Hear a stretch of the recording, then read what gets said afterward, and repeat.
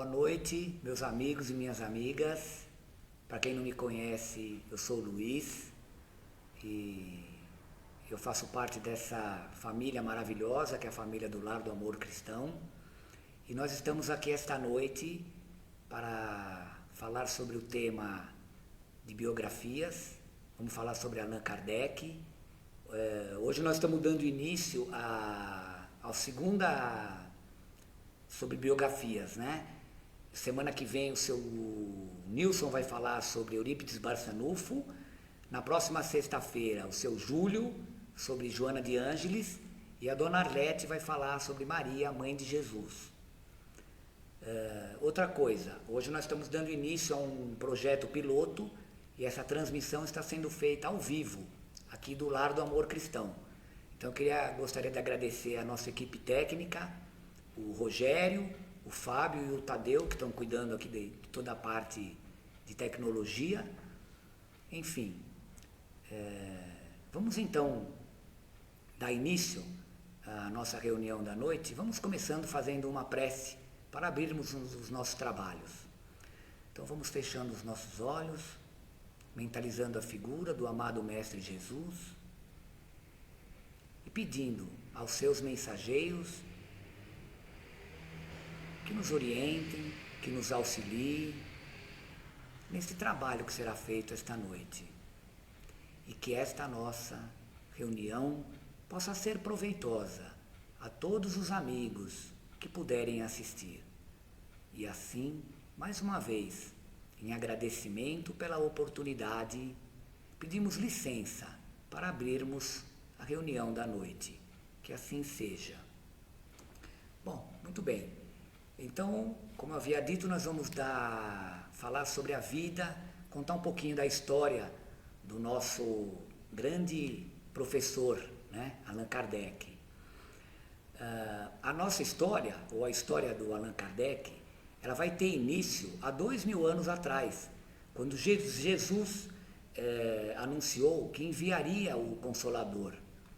E está lá no Evangelho de João, no capítulo 14, versículo 15 a 17, ele diz: Se me amais, guardai os meus mandamentos, e eu rogarei ao Pai, e ele vos dará outro Consolador, para que fique eternamente convosco, o Espírito da verdade, a quem o mundo não pode receber, porque não o vê, e nem o conhece, mas vós o conhecereis, porque ele ficará convosco e estará entre vós. E assim, com a missão de nos trazer a terceira revelação, o Consolador prometido por Jesus, nasce no dia 3 de outubro de 1804, Hippolyte Léon Denisard Rivail. Ele nasceu na cidade de Lyon, a mais ou menos 470 quilômetros de Paris. Consta no registro oficial do seu nascimento que ele nasceu às 19 horas, aos 12 do vindemiário do ano 13. Na época do seu nascimento, a França adotava o calendário republicano, instituído na Revolução Francesa por Napoleão. Esse calendário ele durou de 1793 até 1806. Ele era um calendário muito complicado, que ele tinha 12 meses e 30 dias. Então, devido à dificuldade dos cálculos, ele acabou sendo abolido e então a França passou então a adotar o calendário gregoriano. Bom, o jovem, descendente de uma família de nobres leonesa, católica, com tradição na magistratura e na advocacia. O seu pai, Jean-Baptiste Antoine Rivail, um magistrado, e sua mãe, Jeanne Louise Duhamel, uma elegante, bela e prendada senhora. Eles moravam na rua Sala, número 76. Aos 8 meses, no dia 15 de junho de 1805, ele foi batizado na paróquia de Saint-Denis, em Bresse, que na época não fazia parte de Lyon. Um menino altamente inteligente, trazia um nome de grande prestígio, honra e integridade, pois grande número dos seus antepassados tinham se destacado na advocacia e na magistratura. Ele veio de uma família de advogados e de juízes, seu pai, seu avô e alguns tios. Mas o jovem Rivail, sempre compenetrado e muito responsável, desde cedo manifestava um grande interesse pela ciência e filosofia. Então ele desde pequeno, ele tinha na mente dele que ele não seguiria a carreira da sua família, né? Bom, a sua educação. Ele iniciou os primeiros anos de estudo em sua cidade natal, em Lyon, sendo educado dentro dos severos princípios de honradez e moral, graças à influência muito benéfica de seus pais. Com aproximadamente 10 anos, seus pais o enviaram para Yverdun, uma cidade na Suíça, a fim de aprimorar e enriquecer sua bagagem escolar no célebre Instituto de Educação instalado no castelo de Yverdun desde 1805, pelo professor filantropo Johann Henrique Pestalozzi. O Instituto Pestalozzi era uma escola modelo na Europa, frequentado por alunos de vários países. Interessante a gente falar aqui que o menino teve uma educação católica, pois a França era um país católico. E quando ele foi para a Suíça estudar lá, a Suíça era um país protestante. Mas isso não foi problema para ele, pois ele desde cedo sempre manifestou um desejo de unificar as religiões. O jovem Rivaio era um aluno muito inteligente, dedicado, e logo ele se torna um dos discípulos e divulgador do sistema de educação que exerceu grande influência na reforma dos estudos na França e na Alemanha. Aos 14 anos, ele já ajudava os seus colegas menos adiantados. Bom, após anos de estudo, ele vai se tornar bacharel em letras, ciência e biologia. Ele falava fluentemente o alemão, o inglês, o italiano e o espanhol, e também dominava o holandês. É importante a gente colocar, algumas biografias trazem que ele era médico. A própria Henry Salce aqui traz que ele é doutor em medicina. Isso não é verdade, tá? Ele não há registros que ele tenha estudado medicina. O que pode ter ocorrido é que na tradução do francês, o bacharel em ciências passou a ser doutor em medicina, tá? Outra coisa também, algumas biografias trazem que ele era um alto e belo rapaz. Na verdade, ele tinha por volta de 1,65 m. Eu não sei se 1,65 m na época era considerado alto, né? A garotada hoje tem tudo 1,80 m, né? E ele era sardento e possuía muitas verrugas pelo rosto, por isso que ele usava aquelas costeletas para disfarçar as verrugas. Ele tinha olhos castanhos claros acinzentados e, apesar de francês, ele mais se parecia com o alemão. Bom, outra coisa interessante, a gente não pode deixar de falar alguma coisinha sobre o método Pestalozzi, né? O que é o método Pestalozzi? O método Pestalozzi é um método de ensino, de aproximação do aluno com o professor. O aluno tratado com amor. O professor, ele era comparado a um jardineiro e o aluno o jardim, onde aquele jardim deveria ser cultivado com amor para que no futuro pudesse dar bons frutos. Essa era a metodologia de ensino do Pestalozzi. Bom, após concluídos seus estudos em Yverdun, lá na Suíça, por volta de 1822, com 18 anos, ele retorna para sua cidade natal, para Lyon. E lá ele permanece até se isentar do serviço militar, que naquela época era obrigatório. Mas como ele tinha formação de magistério, ele acabou sendo dispensado do serviço militar, então aplicando o método de ensino Pestalozzi. Então esse foi seu primeiro trabalho como diretor de escola. Bom, vamos falar um pouquinho também, né, do seu casamento, da sua história conjugal. Como ele frequentava o mundo das letras e do ensino, ele vai conhecer a senhorita Amélie, 9 anos mais velha. Os dois compartilhavam dos mesmos pensamentos, eram apaixonados pela educação, e assim eles começam a se relacionar. Bom, eu tenho que falar alguma coisa sobre essa mulher, tá? Que teve muita importância na sua vida, tanto na vida de professor, como também na doutrina. Ela nasceu em 23 de novembro de 1795. O seu nome era Amélie Gabrielle Boudot. O seu pai, o senhor Julien Louis Boudot, um tabelião muito bem posicionado na sociedade. E sua mãe, Julie Louise Saine de Lacombe, uma distinta senhora e dona de casa. Essa foto que está aparecendo dela aí, ela já era mais velha, viu? Bom, numa época em que as mulheres eram criadas para ser donas de casa e mãe, Amélie, sempre apoiada por sua mãe, seguiu nos estudos. Então, primeiro ela vai estudar num colégio interno, onde ela desde cedo aprendeu educação moral e social, religião, idioma francês, latim, grego, história das artes, piano, bordado, etc. A menina tinha o desejo de ser professora e mais tarde ela acaba se formando em pedagogia e também ela estuda na Escola de Artes Aplicadas da Indústria. Então, como nós podemos ver, a mocinha tinha um currículo invejável, né? Ou seja, ela estava à altura dele mesmo, né? Então, no dia 9 de fevereiro de 1832, eles se casam. O senhor Rivaio, com 27 anos, e a senhora Amélie, prestes a completar 37. Bom, em 1834, o Instituto de Ensino fundado por eles, 9 anos após, né, porque eles fundaram em 1825, fundado pelo professor e pelo seu tio, acaba indo à falência.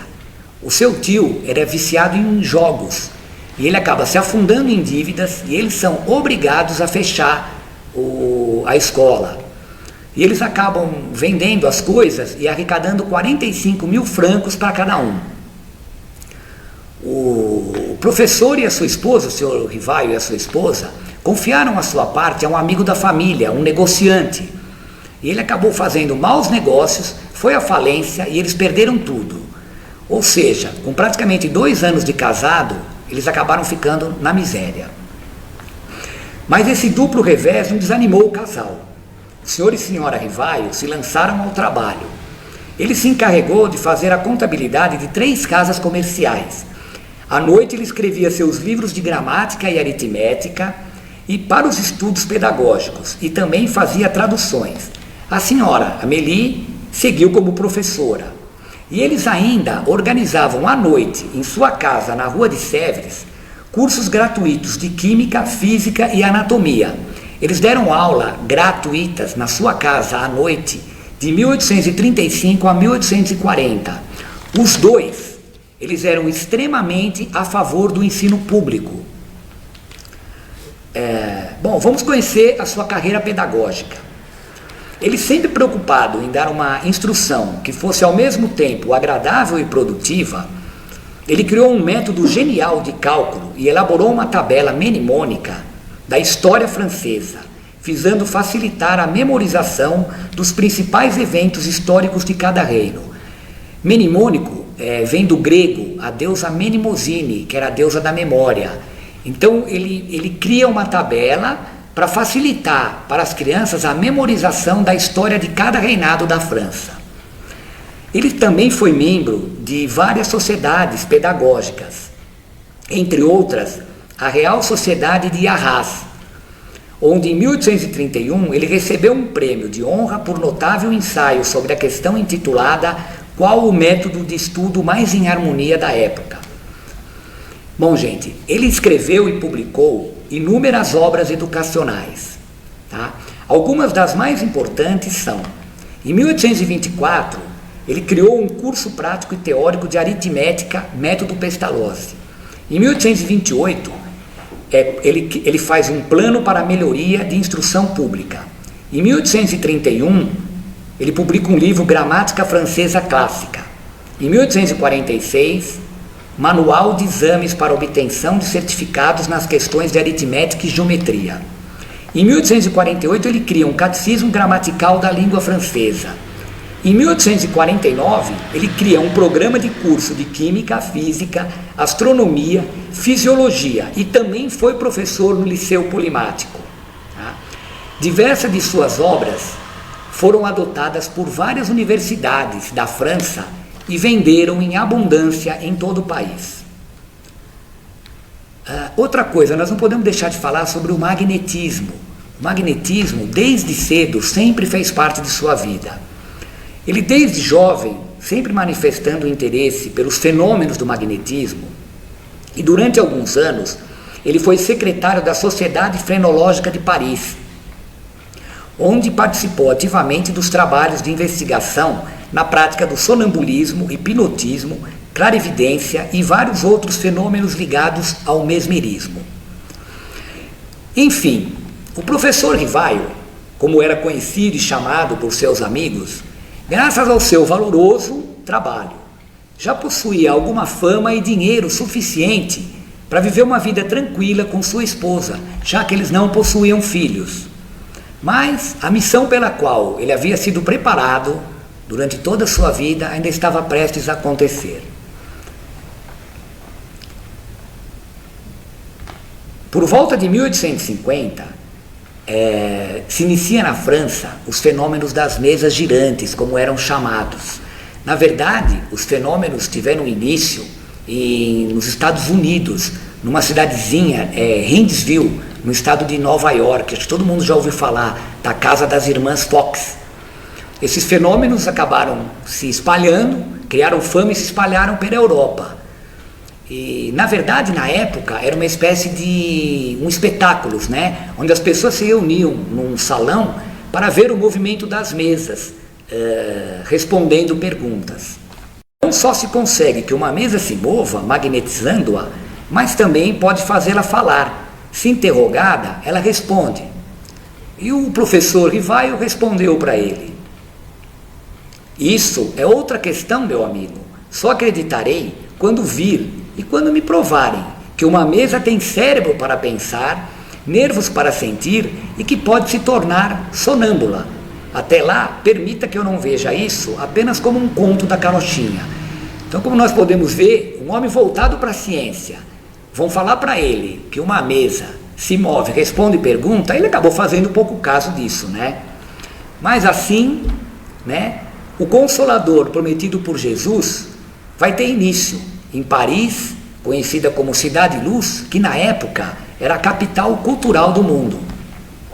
Então, aos 50 anos de idade, em 1855, o professor Rivaio começa o trabalho pelo qual ele havia sido preparado pelos espíritos. Após se encontrar com um velho amigo de mais de 25 anos, o Sr. Carlotti, lhe disse pela primeira vez da influência dos espíritos nesses fenômenos, né? Então, em maio de 1855, ele participa pela primeira vez de uma reunião, junto com alguns amigos, todos pessoas sérias. E assim eles vão assistir ao movimento das mesas e também alguns ensaios de escritas feitos por um lápis preso a uma cesta.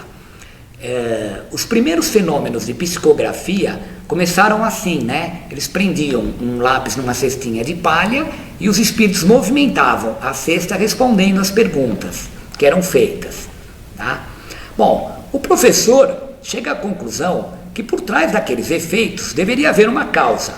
Então ele começa a participar das reuniões todas as terças-feiras às 20 horas. Era mais ou menos assim, ó, tá mostrando aí, tá? Para vocês. Numa dessas reuniões, ele vai conhecer o senhor Baudin, né? E o senhor Baudin convida ele para assistir algumas sessões que eles faziam semanalmente em sua casa, tá? E onde ele acabou se tornando assíduo. O senhor Baudin possuía duas filhas, duas meninas médiums. A Caroline tinha 16 anos e a Julie, 14 anos. As sessões que eles faziam lá na casa do seu Baudin, elas traziam apenas comunicações frívolas e mundanas, né? Na verdade, elas se reuniam com os amigos para fazer brincadeiras, né? Então eles ficavam fazendo perguntas para os espíritos. A partir do momento que o professor começou a frequentar as reuniões, elas passaram a receber a visita de espíritos com uma hierarquia mais alta. Então, assim o professor Rivaio inicia seus estudos e começa a elaborar perguntas relativas a vários problemas da vida humana e do universo que nos encontramos. E as meninas passaram a dedicar 2 noites por semana para esse trabalho. Deixa eu tomar um golinho d'água que estou com a boca seca. Bom, o primeiro resultado foi a descoberta que os espíritos nada mais são do que a alma dos homens. O simples fato da comunicação com os espíritos já comprovava a existência de um mundo invisível e paralelo ao nosso, e também a resposta para vários fenômenos até então sem explicação. Inspirado por seu mentor, ele foi formulando as perguntas e elaborando um caderno. E assim vai nascer o Livro dos Espíritos, a base filosófica da doutrina dos espíritos, como ele a chamou. Em uma das reuniões, ele recebe a comunicação de um espírito que o orientava nos seus trabalhos. E esse espírito se intitula como Verdade. Esse espírito que mandava as mensagens, ele pergunta várias vezes o seu nome. E o espírito responde: me chamo Verdade. Bom, após quase 2 anos de pesquisa, organizando esse caderno, os espíritos que o intuíam dão ao livro o nome de O Livro dos Espíritos, pois o livro era de autoria dos espíritos, e que ele assinaria o livro com o pseudônimo de Allan Kardec, deixando o seu nome de professor Rivaio para suas obras anteriormente publicadas. Bom, assim nasce Allan Kardec, né? Esse pseudônimo foi escolhido porque, segundo seu mentor o teria revelado, ambos haviam vivido juntos numa vida passada entre os druidas do povo celta, na região da Gália, onde atualmente hoje é a França. Bom, então, gente, sobre a forma de perguntas e respostas, no dia 18/4/1857, o Livro dos Espíritos chega a público no Palace Royal, uma galeria em Paris. Naquela época não tinha shopping, né? Os eventos eram todos feitos nas galerias. Em sua primeira edição, o livro conta com 501 perguntas. Os estudos continuaram, foram feitas algumas correções, e em 18/3/1860 ele lança agora a segunda edição, agora com 1019 perguntas, que é o que nós temos atual até hoje. Bom, ele iniciou o trabalho, no início ele se utilizou das meninas médiuns, né, das irmãs Baudin, mas também participou desse trabalho a senhorita Ruth Jaffé, a senhorita Emance Defoe, e também foram consultados médiuns de várias partes da França e também de outros países da Europa e também da América. A gente não pode deixar de falar que Allan Kardec não era médium, ele era inspirado por seus mentores. Então todo o trabalho, toda a codificação da doutrina foi feito utilizando os médiuns escreventes. Ele era intuído, ele fazia as perguntas e recebia as informações sempre através de médiuns terceiros. Bom, embora o Livro dos Espíritos tenha feito muito sucesso, ele vai sofrer também com a intolerância religiosa, né? Ele vai sofrer a censura da Igreja Católica. Episódio que ficou conhecido como Auto de Fé de Barcelona. O Kardec tinha um amigo, senhor Maurice de la Chatre, um escritor e intelectual, e ele possuía uma livraria na cidade de Barcelona. E ele solicita ao seu amigo que enviasse a ele, em 10 de 1861, os livros foram queimados em praça pública. Ato esse que acabou sendo um grande marketing, né? Isso acabou aumentando o interesse das pessoas pelos livros espíritas. Quando terminou a fogueira, que foi cercada inúmera pela multidão, o pessoal foi embora, as pessoas foram lá revirar as cinzas e pegar pedacinhos que não haviam sido queimados, né? E isso foi acabou acontecendo um grande interesse das pessoas pelos livros espíritas, que acabaram fazendo um grande sucesso por lá. Bom, vamos então às suas obras, né? As obras espíritas. Em 1/4/1858, ele fundou a Sociedade Parisense de Estudos Psicológicos, da qual ele foi presidente até a sua morte. No local, eles efetuavam reuniões noturnas, uma vez por semana, com o propósito de obter dos espíritos, através dos médiuns e escreventes, instruções sobre a verdade e a ordem, como eu havia dito para vocês. Em janeiro do mesmo ano, 1858, ele fundou e editou também uma revista mensal, intitulada Revista Espírita, um jornal de estudos psicológicos dedicados à defesa dos pontos de vista lançados no Livro dos Espíritos. A revista permaneceu por 11 anos, até 1869, quando da sua morte. A Sociedade Parisense, por ele fundada, recebia comunicações espíritas vindas de várias partes do globo. Kardec recebia essas comunicações, sendo por ele estudadas e reordenadas, com um zelo e dedicação incansáveis. E num período de 15 anos, esse trabalho resultou nas obras fundamentais da doutrina dos espíritos, que são, além do Livro dos Espíritos, que nós já falamos, a Revista Espírita também, né, que nós já falamos. Em 1859, ele publica o livro O que é o Espiritismo.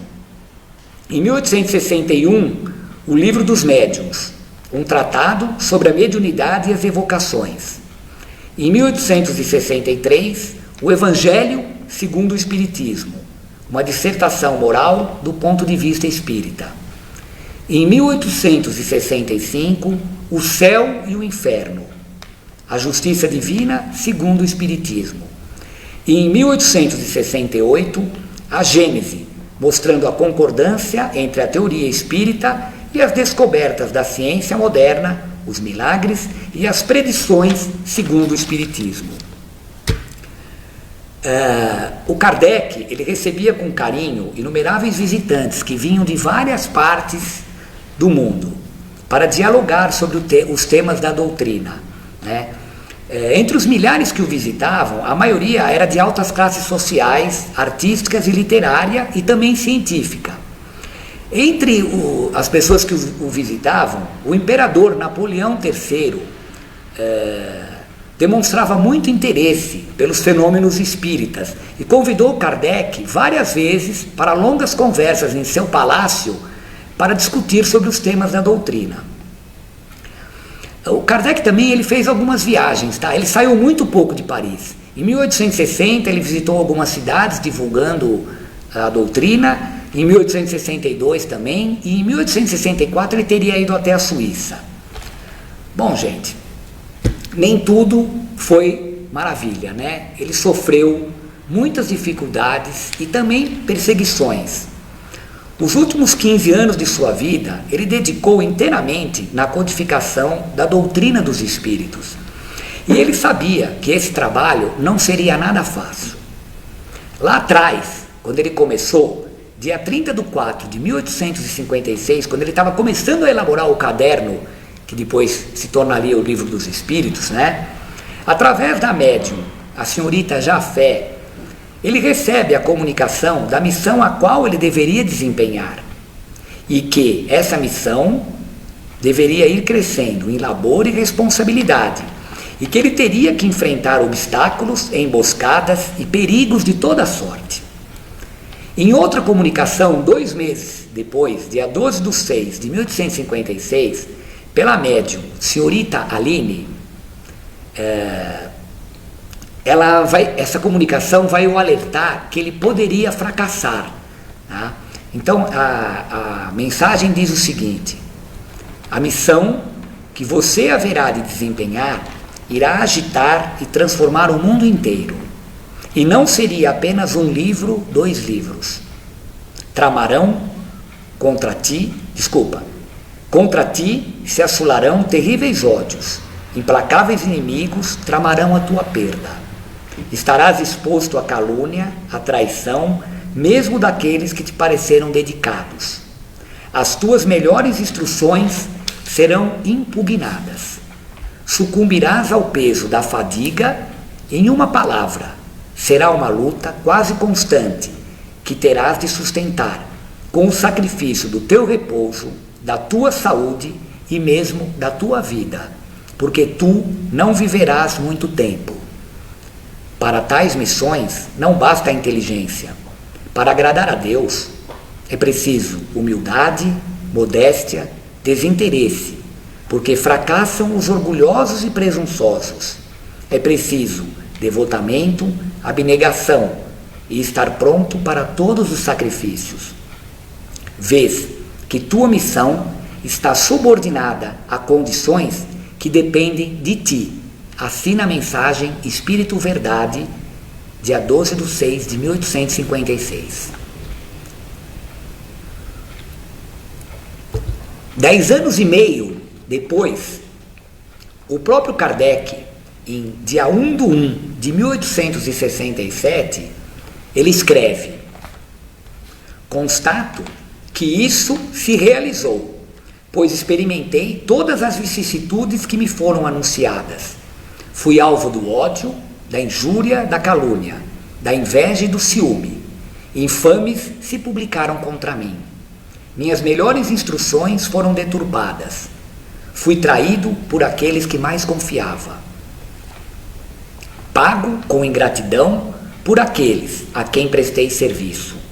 A Sociedade Espírita de Paris se constituiu em foco de intrigas contra mim. Nunca mais conheci o repouso. Mais de uma vez sucumbi ao excesso de trabalho. Tive a saúde abalada e a existência comprometida. Porém, graças à proteção e à assistência dos bons espíritos, tenho a ventura de reconhecer que nunca senti o menor desânimo e que prossegui sempre com o mesmo ardor no desempenho da minha tarefa. Segundo a comunicação do Espírito Verdade, eu tinha que contar com tudo isso, e tudo se verificou. Bom, vamos chegar ao seu desencarne. Ele tendo sofrido muitos anos de doença cardíaca, em 1869, Kardec iniciou os planos de uma nova organização espírita, com o objetivo de divulgar divulgar a doutrina após a sua morte. Assim, ele determinou que fosse constituída uma sociedade anônima com o objetivo social de publicar e vender livros, receber doações, etc. Essa sociedade se chamaria Sociedade Anônima para a Continuação dos Trabalhos de Allan Kardec. Ele pretendia doar os direitos autorais de todas as obras espíritas para essa sociedade. Infelizmente, ele não conseguiu ver a realização deste projeto, mas sua viúva, a senhora Amélie Rivaio, que o acompanhou e participou ao seu lado durante toda a sua obra, o apoiando, o ajudando nas pesquisas, ela se encarregou de executar o projeto e também deu continuidade nos trabalhos, inclusive juntando anotações que ele havia deixado para depois, mais para frente, ser publicado o livro Obras Póstumas. Bom, ela permaneceu à frente da doutrina até o seu desencarne, dia 21 de janeiro de 1883.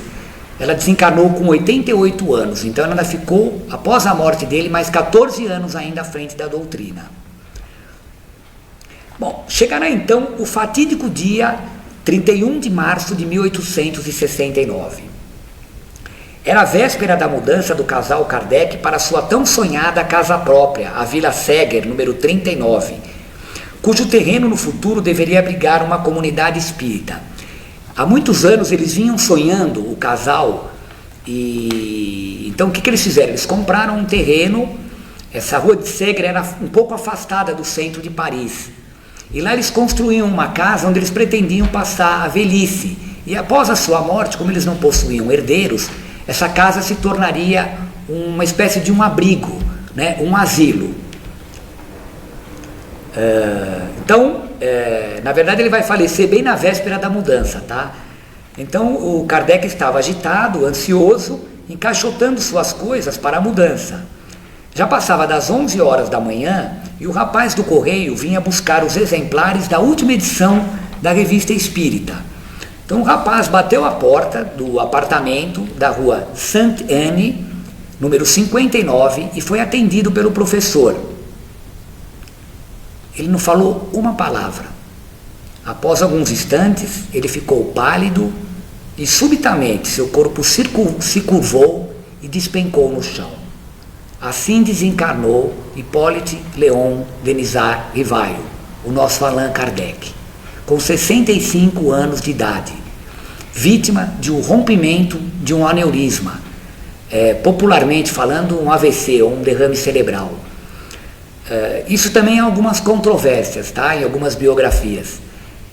Como não foi feito necrópsia e há muitos anos ele vinha sofrendo de problemas cardíacos, não se pode descartar a hipótese dele ter sofrido um infarto do miocárdio que causou a sua morte fulminante. A sua passagem da Terra para o mundo espiritual foi instantânea, sem dor, sem um suspiro, como um adormecer pacífico e tranquilo. E ao meio-dia, do dia 2 de abril de 1869, ele foi sepultado no cemitério de Montmartre. O cortejo foi acompanhado por uma multidão estimada em 1.200 pessoas. O seu caixão foi coberto com um manto de veludo azul, bordado com a frase que entraria para a história da filosofia espírita: nascer, morrer, renascer ainda e prosseguir sem cessar, tal é a lei. Durante o sepultamento, vários amigos discursaram. Um em especial ficaria marcado para sempre. O seu amigo, o astrônomo francês Camille Flammarion, fez o seguinte discurso: voltaste a esse mundo de onde viemos e colhes o fruto dos teus estudos terrestres. Aos nossos pés dorme o teu envoltório. Extinguiu-se o teu cérebro, fecharam-se-te os olhos para não mais se abrirem. Não mais ouvida será a tua palavra. Sabemos que todos havemos de mergulhar neste último sono, de volver a esta mesma inércia, a esse mesmo pó. Mas não é neste envoltório que pomos a nossa glória e a nossa esperança. Tomba o corpo, a alma permanece e retorna ao espaço. Encontrar-nos-emos num mundo melhor e no céu imenso, onde usaremos das nossas mais preciosas faculdades, onde continuaremos os estudos, para cujo desenvolvimento a Terra é teatro por demais acanhado. Até a vista, meu caro Allan Kardec. Até a vista. Camille Flammarion. Emocionante esse discurso, né, gente? Bom, cerca de um ano depois, a sua viúva decidiu transferir os despojos mortais do marido para o famoso cemitério de Père-Lachaise, onde estão sepultados famosas personalidades de Paris. E para homenagear o seu companheiro de longa data, ela mandou esculpir um busto de bronze. E esse busto foi fixado no interior da construção, composta por pedras de granito. Na face dianteira do busto foi entalhada a frase: todo efeito inteligente tem uma causa inteligente. O poder da causa corresponde à grandeza do seu efeito. Bom, gente, é impossível a gente precisar com exatidão o número de pessoas que adotaram os pontos de vista difundidos por Kardec. Os espíritas se contam aos milhões. As publicações que defendem o ponto de vista espírita são numerosas e estão espalhadas por diversos países. A morte de Allan Kardec não retardou a adoção da sua doutrina, e a crença nessa doutrina é mantida como a única base da verdade religiosa anunciada pelo Cristo, o primórdio da revelação prometida, das muitas coisas mantidas ocultas desde o começo do mundo, um saber que a espécie humana não estava preparada para entender na ocasião em que foi anunciada. Kardec dizia: o Espiritismo se dirige aos que não creem ou que duvidam, e não aos que têm uma fé, e a quem essa fé é suficiente. O Espiritismo é uma proposta cultural, filosófica e pedagógica, sobretudo porque considera o homem como um ser em constante evolução, pois ele não é herdeiro de um pecado e nem está precisando de uma salvação, e também não precisa de um intermediário para essa possível salvação. Ele precisa, sim, de um projeto de educação. O Espiritismo dá ao ser humano a jurisdição de si mesmo. Ele é o responsável pela sua evolução. Assim, o educador, professor Rivaio, se transforma no educador Allan Kardec. Ele propõe uma educação do espírito para o aqui e o além, ou o agora e o infinito, como um projeto de evolução para a humanidade, dando ao homem a responsabilidade por sua própria evolução. A grande mensagem que ele nos deixou através do Espiritismo é a proposta pedagógica para que possamos nos livrar dos cultos religiosos, da fé dogmática, para uma fé raciocinada, uma fé autônoma, pensada, pois ele confiava extremamente no ser humano. Somos livres para cultivar o nosso próprio destino. Esse era o pensamento do nosso grande professor Allan Kardec. Era isso, gente, que eu tinha para falar para vocês, e gostaria muito de agradecer a todos que nos ajudaram aqui nesta reunião.